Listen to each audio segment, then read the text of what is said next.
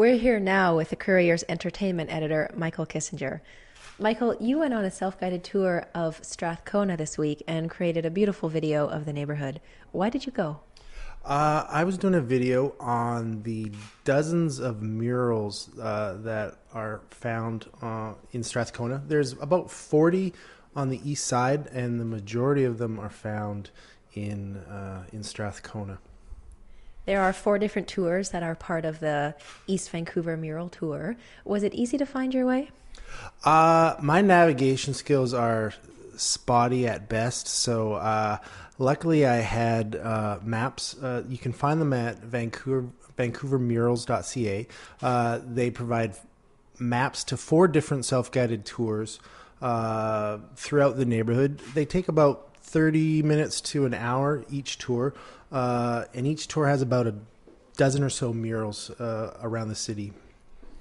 Muralism has a wonderful history, but can you tell us what murals do in a neighborhood like Strathcona?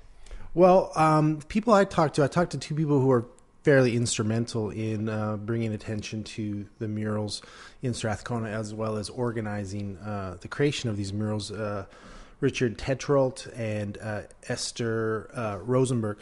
And what they say is Strathcona traditionally hasn't had a lot of money put into it for public art, and murals are a great way for to beautify neighborhoods as well as to kind of bring the community together. Murals can reflect the backgrounds of the residents. It can convey a message, or it can just be a great work of art that surprises people who might not know that a wall around the corner has a beautiful picture on it.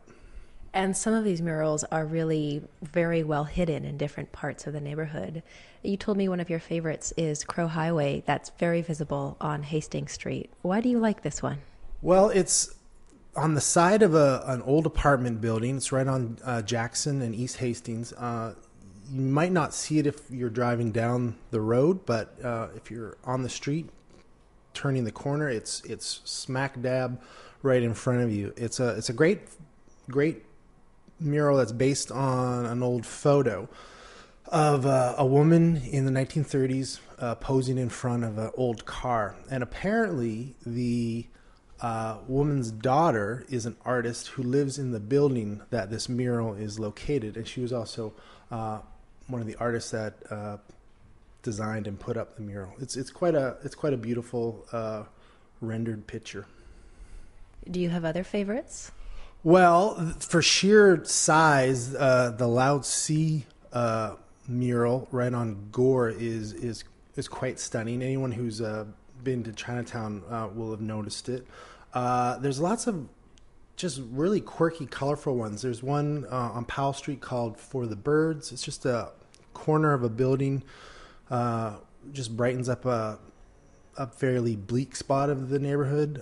There's also one that you would never see unless you were in a car or walking down Clark near an overpass. It's just very colorful, just brightens up a bare wall. And where can people go to learn more about the murals? Well, a really good resource is vancouvermurals.ca. It provides self-guided maps to find these murals. It also gives a little history on the creation of them, and it's just a great resource for people to discover the murals that are in their neighborhood.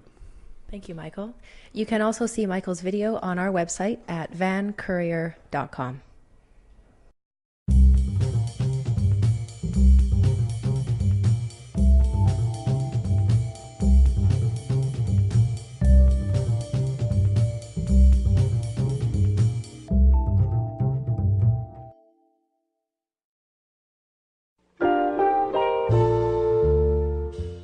My name is Richard Tetrault, and I'm a painter, printmaker, and mural artist living and working in Strathcona in East Vancouver.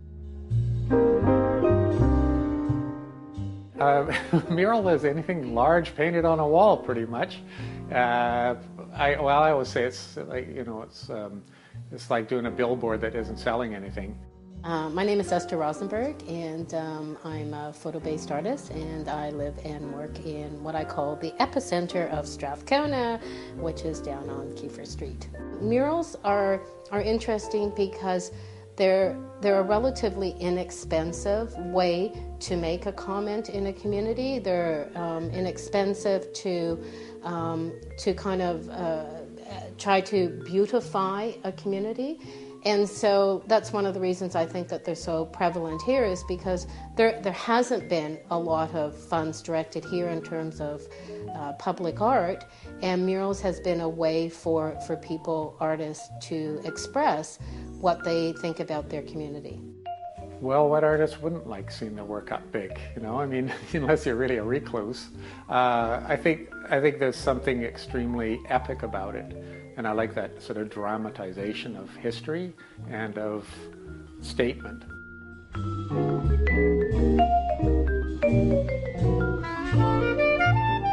A lot of the community-based murals historically have evolved out of a Latin American tradition and Mexican tradition of muralism, and that is very much integrated with a statement about race and place and definition of cultural background.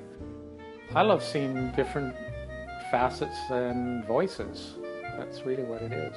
You know, they pop up all over the place, and they're kind of like these statements of somebody's vision of, you know, probably of where they're coming from. And there's some, for the ones that are really considered, that are really developed and thought through, there's a real resonance to them, and they're worth looking at over and over again. I think what makes an effective mural is when people are walking down the street and they're pleasantly surprised. It doesn't mean that they either like the theme, but they're surprised that there is this piece of art that's on the wall that is of that scale. I mean, Vancouver is obviously very multicultural community, so muralism is just a very accessible way for people to make a statement. It's generally affordable, there's walls, people can be taught the process of it. Relatively easy, they won't get all of it straight away, but it's a learning process. But much of it is very hands-on, and it's about drawing, and it's about scaling things up and working small in concept and then enlarging it up into something, a big statement. So for all those reasons, I mean, I think muralism is kind of what you want to make out of it, but the bare basics of it is paint on a wall.